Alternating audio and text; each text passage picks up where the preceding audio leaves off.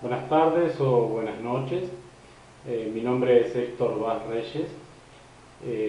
Soy exalumno de la Universidad Metodista de San Pablo y profesor de lengua y literatura, egresado del Centro Regional de Profesores de Uruguay.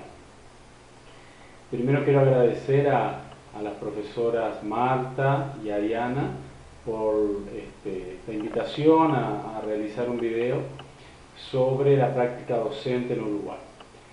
Lo que les quiero contar es un poco cómo fue mi formación en Uruguay, cómo realicé la práctica docente y algunas comparaciones que quiero hacer también con respecto a otros sistemas que en Uruguay también existían, porque ahora hubo algunas modificaciones con respecto a los institutos de formación docente.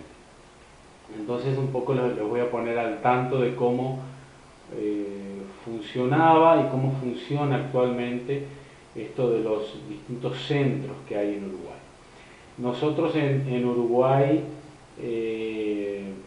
siempre se buscó una educación integrada, tanto en lo que sería la educación primaria, educación secundaria y terciaria, o sea, los tres niveles educativos de Uruguay.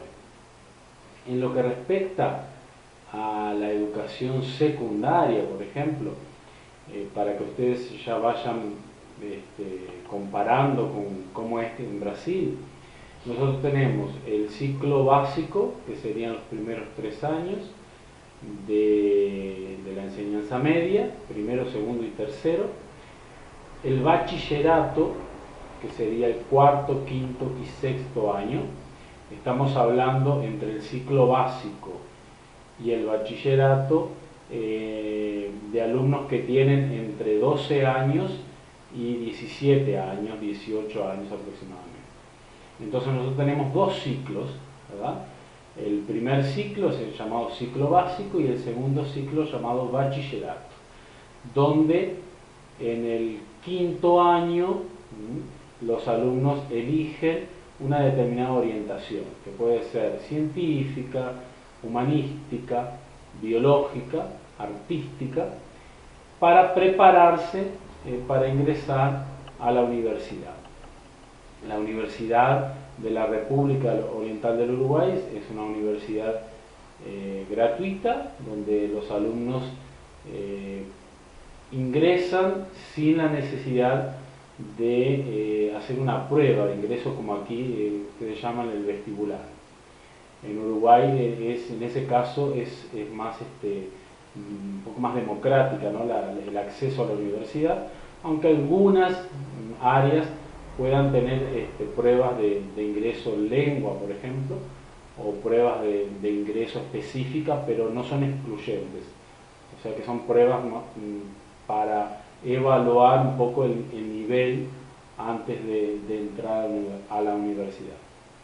En el caso de los profesores, nosotros siempre tuvimos en Uruguay un instituto llamado Instituto de Profesores Artigas, Artigas por el nombre del prócer uruguayo. Instituto de Profesores Artigas se encuentra en Montevideo, en la capital. Y en el Instituto de Profesores siempre las disciplinas estuvieron divididas conforme las distintas áreas, ¿verdad? Matemáticas, física, química, y en los años ya finales se realizaba la práctica docente. En el año 1996 se hizo una reforma educativa importante en el Uruguay con la finalidad de descentralizar la educación terciaria con lo que tenía que ver con el profesorado. ¿Descentralizar en qué sentido? Porque en Uruguay los cursos de profesores o de maestros, lo que nosotros llamamos el magisterio, se centraban en la capital, en Montevideo. Y si en el caso tú vivías en el interior del país, en cualquiera de los... Nosotros tenemos unos 19 departamentos en Uruguay.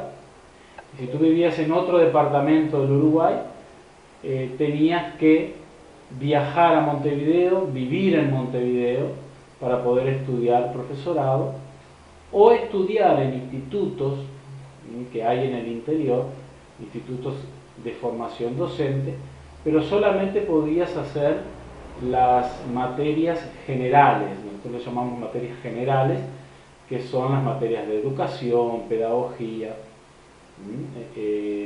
informática, etc. Y las materias específicas de tu disciplina, por ejemplo, química, literatura, depende del curso que tú habías elegido, tenías que ir a Montevideo a hacer los exámenes. Lo que implicaba tener que estudiar muchas veces solo, en tu casa, con libros, con apoyo de amigos, personas que ya habían estudiado, pero no había ese contacto con el profesor porque tampoco existían recursos informáticos como hay ahora. El curso a distancia hace 20 años atrás no era una cosa común, no como es hoy, ¿verdad? Con todos los recursos que tenemos. Entonces, para descentralizar, para un poco llevar la educación terciaria, la formación docente al interior del país, se crearon los centros regionales de profesores. Y esos centros regionales tenían una política bastante diferente a la política que se aplicaba en el IPA, en el Instituto de Profesores en Montevideo. Muchas diferencias principalmente en lo que respecta a la práctica docente, cómo se hacía la práctica, lo que ustedes llaman el estallo, y diferencias también en la cantidad de horas, en la carga horaria que teníamos cuando estábamos estudiando. Primero, en Montevideo, el Instituto de Profesores, se hacían 4 años. Todas las carreras eran de 4 años. En el Centro Regional de Profesores, la carrera era de 3 años.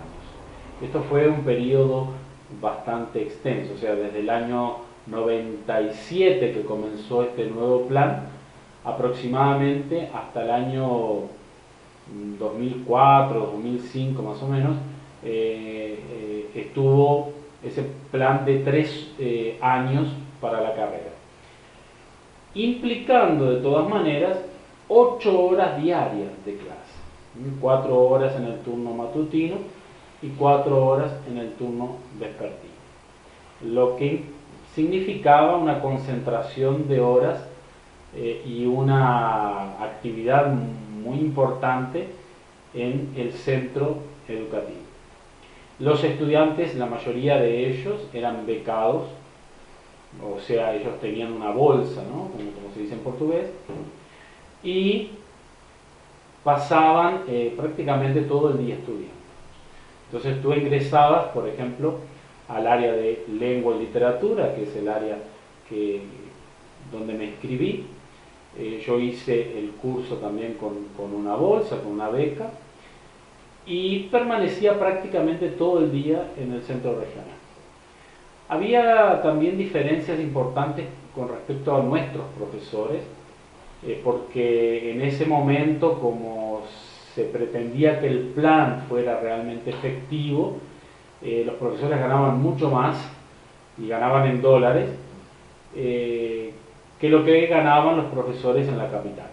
Eso generó, eso y los planes también educativos, generó muchos enfrentamientos entre una institución y otra, conflictos con la reforma en general. Pero bueno, eso es otro tema, otro detalle. Con lo que respecta a esas 8 horas que nosotros estábamos en la institución, en el caso de lengua y literatura, nosotros teníamos disciplinas específicas. del área de idioma español y del área de literatura. ¿Por qué? Porque hasta ahora, hasta la actualidad, en Uruguay nosotros tenemos esa división. Por ejemplo, en el primer año del ciclo básico, segundo año del ciclo básico, primero y segundo año del ciclo básico, estoy hablando de edades entre 12 años y 14 años más o menos, los alumnos tienen idioma español. Específicamente la educación está enfocada a aspectos del idioma español, gramática del idioma español, bueno, interpretación de textos, lectura y todos los temas de ese eje del idioma español.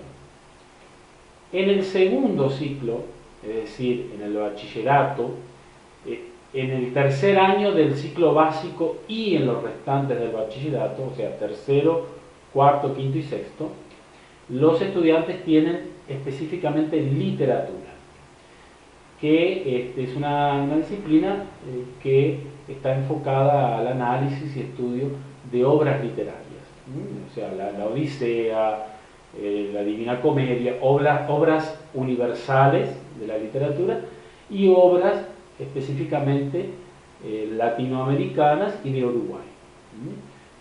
Un ejemplo, escritores como Jorge Luis Borges, Cortázar, escritores también brasileños como Clarice Lispector, Jorge Amado y una serie de autores latinoamericanos, porque las disciplinas están divididas también en corrientes, en épocas, están divididas también en países.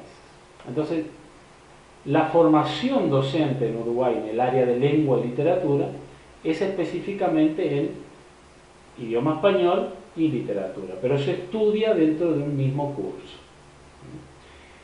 Cuando ingresé en el año 97 a hacer el curso de lengua y literatura, nosotros teníamos, como les decía, 8 horas diarias y conforme íbamos estudiando y aprendiendo los temas de nuestras disciplinas específicas, también íbamos conociendo aspectos de la educación, o sea, aspectos educativos, ¿no? Pedagogía, filosofía, historia de la filosofía o filosofía de la educación, materias también instrumentales como inglés, informática, y en el segundo año ya teníamos algún conocimiento de didáctica. La cuestión de la didáctica en la formación docente es muy importante, porque en Uruguay la didáctica es de alguna manera una disciplina que trata de realizar con el estudiante eso tan difícil que es la transposición didáctica, ¿no? Llevar la teoría científica tan compleja a un nivel para que los futuros alumnos, futuros estudiantes puedan entenderla. Es decir, y eso es lo que la disciplina llamada didáctica hace con los futuros profesores, ¿no? Enseñar también a cómo hacer esa transposición didáctica, cómo debemos llevar ese conocimiento científico al nivel de los estudiantes, a través de, lógicamente, ejercicios, actividades, juegos, y una serie de estrategias interesantes para poder enseñar. En el tercer año, cuando comencé el tercer año, el último año de la carrera, estamos hablando de una carrera que tiene más de 4.000 horas, para que ustedes vean la carga horaria, 4.000, creo que son 4.200 horas. En el tercer año se comienza a hacer la práctica docente, el stage.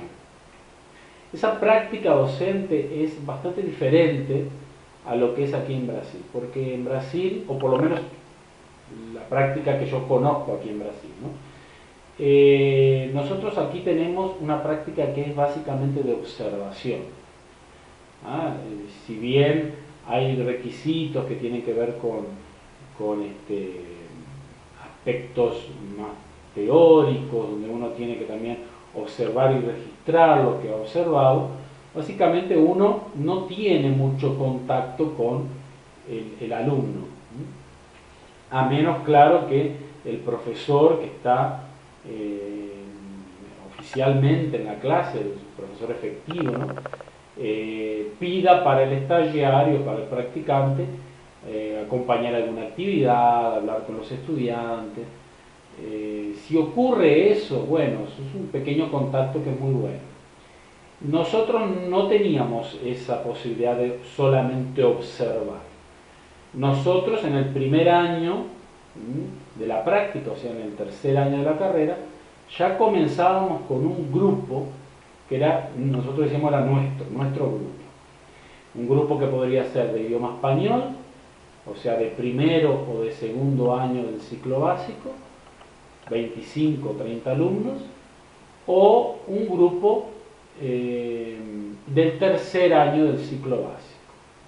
No me acuerdo, creo que no había casos de alumnos del segundo ciclo, ¿no? Alumnos ya de 14, 15 años, creo que no. Lo que en mi caso, en mi experiencia, fue un grupo de tercer año con literatura. Además uno optaba también por la disciplina, ¿no? Si era español, si era idioma español o literatura. En ese caso, bueno, comenzamos en marzo, en el mes que comienzan las clases, con un grupo asignado para el resto del año. Es decir, nosotros íbamos a trabajar con ese grupo el resto del año. Y también recibíamos un salario, recibíamos un dinero como ya integrados al sistema de profesores. Lo que eso era muy bueno porque como estudiantes, lógicamente necesitábamos un dinero para poder subsistir. Generalmente estudiantes tenemos esa dificultad, que no podemos trabajar y estudiar al mismo tiempo. No era en ese caso no era un curso a distancia, que nosotros podíamos organizar el tiempo, era un curso presencial 100%, entonces lógicamente que ese salario nos vino muy bien. Pero teníamos lógico que además de las responsabilidades de estudiar, porque íbamos a pasar un conocimiento a los estudiantes, teníamos la obligación, ¿verdad?, de conocer teorías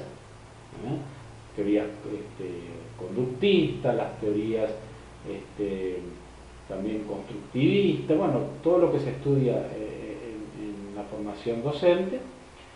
Teníamos que saber hacer la transposición didáctica y era la primera vez, en muchos de los casos, de que estábamos al mando, ¿verdad? Estamos al frente de un grupo de estudiantes. Tenemos una responsabilidad muy grande. Al mismo tiempo estábamos estudiando cosas específicas de la disciplina, es decir, gramática, literatura, teníamos que leer mucho para no cometer errores en la clase.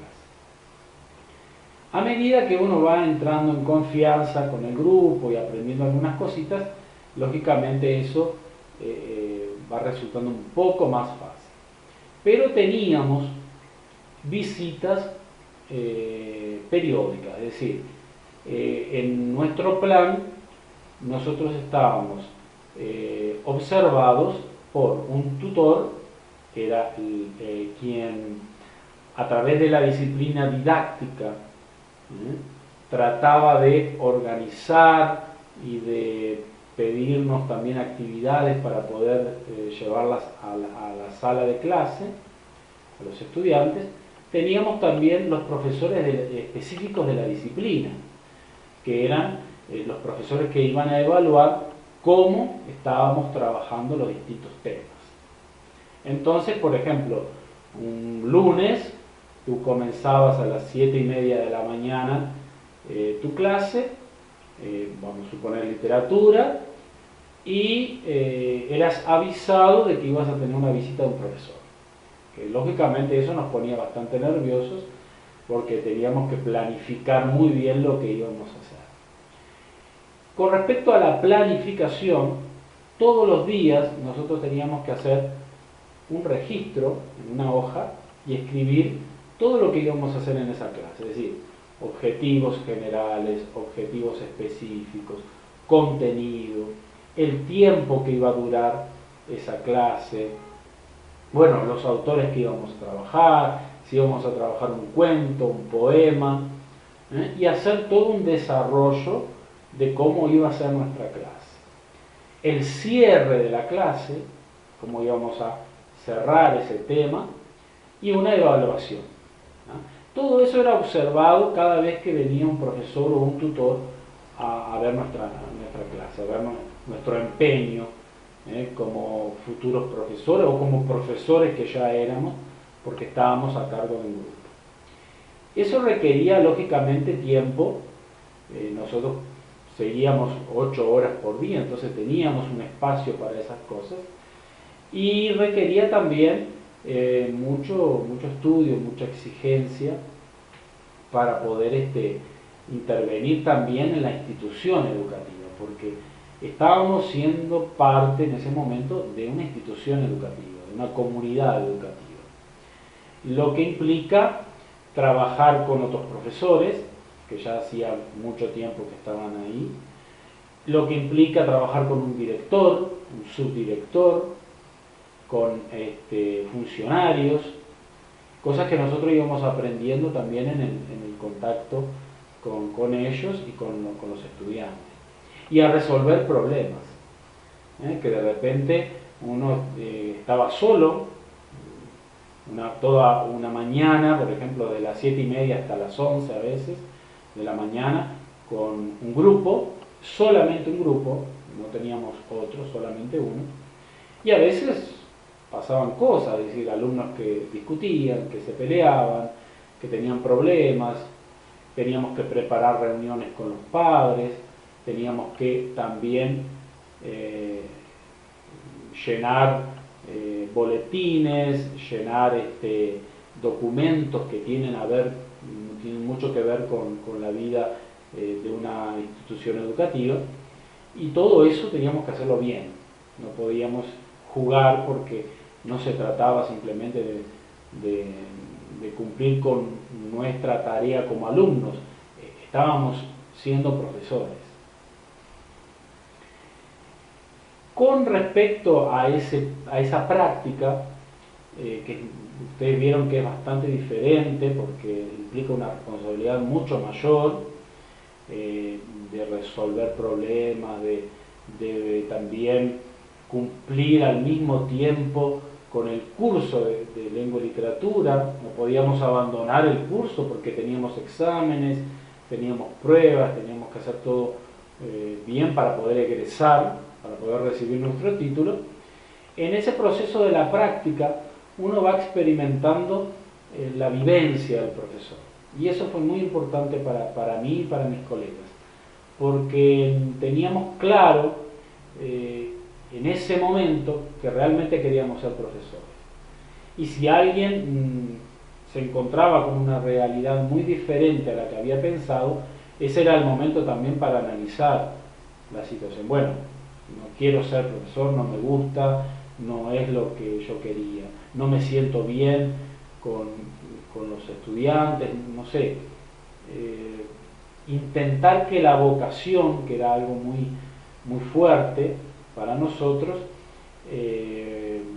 resultara también algo vivencial, ¿no? No solamente aquello que habíamos soñado o imaginado que podría ser. Con el tiempo, yo les conté que a partir del 2004-2005, generalmente acompañando los cambios políticos, acompañando los cambios de gobierno, ese centro regional de profesores, yo ya hacía en el 2005, hacía 5 años que estaba trabajando, ya egresado, ese plan especial de 8 horas, 3 años, intentó adecuarse a lo que era el Instituto de Profesores en Montevideo.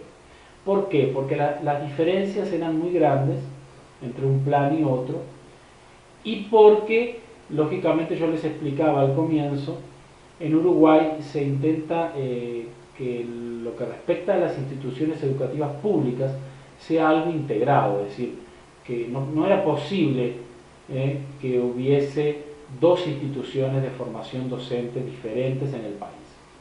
Y les voy a explicar otra cosa. Cuando me refiero a instituciones educativas en Uruguay, estamos hablando de instituciones específicas para formación docente. Es decir, en las universidades no hay formación docente. Uno lo que puede estudiar en las universidades es una licenciatura que aquí en Brasil le llaman bacharelado. Es decir, estudiar en la universidad literatura no te habilita para dar clases de literatura. No es como aquí en Brasil. Uno hace la carrera de lengua y literatura en la universidad y eso nos habilita para dar clases de lengua y literatura. No. En Uruguay están los institutos de formación docente, específicamente para formar docentes, y en la universidad uno hace el bacharelado, la licenciatura. Nosotros le llamamos licenciatura. Ahí el concepto es diferente, con el mismo nombre. Entonces, en estos institutos de formación docente, que eran diferentes, con el tiempo comenzaron a unificarse. Y hoy, por ejemplo, la práctica docente en los centros, tanto en los centros regionales como en el Instituto de Montevideo, comienza en el segundo año.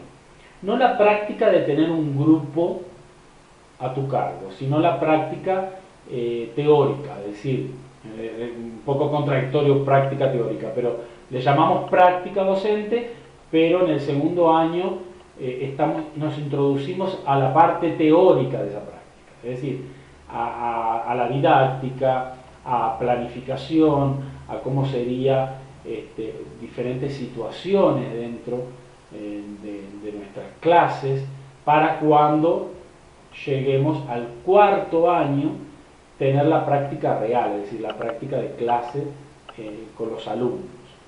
Entonces vieron que cambió, ¿no?